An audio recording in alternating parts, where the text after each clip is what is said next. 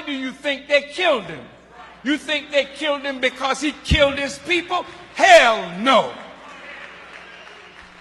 They killed him because, listen to me real good. You touched my nerve with that question. Did you know that in Libya, nobody's homeless? Listen, everybody in Libya has either a home or an apartment. They call it a flat. Did you know education in Libya is free from kindergarten through college?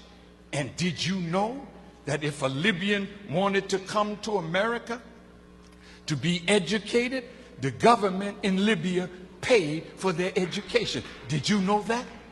I was there when he opened a $500 million hospital with 18 theaters for operation.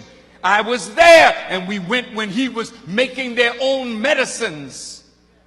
See, this was a man that gave free medical attention to all the citizens of Libya. And if Libya did not offer that kind of medical attention, they could fly anywhere in the world and get it, and the Libyan government would pay for it. Did you know that? No, you didn't. Did you know that from the oil money, every Libyan citizen got a stipend every year?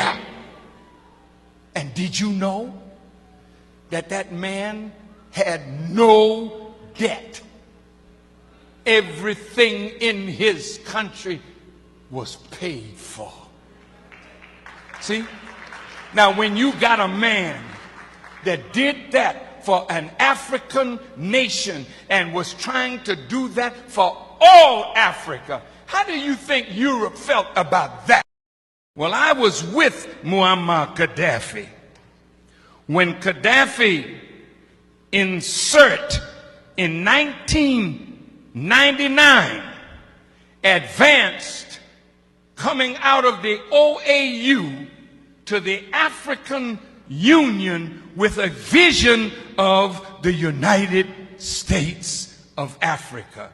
Muammar Gaddafi spent, listen to me, billions of dollars to create the African Union. Did you know that Gaddafi gave $300 million and the other African nations gave $100 million to put up a satellite so that we who call Africa don't have to go through Europe to get to Africa? And Europe was getting $500 million a year just by our telephone calls to the continent. Now we can call directly to Africa, and that $500 million is in the hand of African people.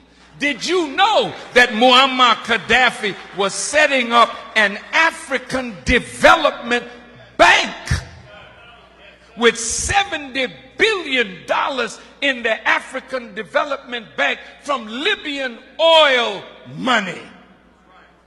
That we would not have to borrow money from the IMF and the World Bank at these exorbitant rates. Zero interest under Islamic non-usury teachings. I just left St. Kitts, and in the island of St. Kitts, he was going to set up a Caribbean development bank. He told the prime minister there, and he was going to put $1 billion in that bank for Caribbean development.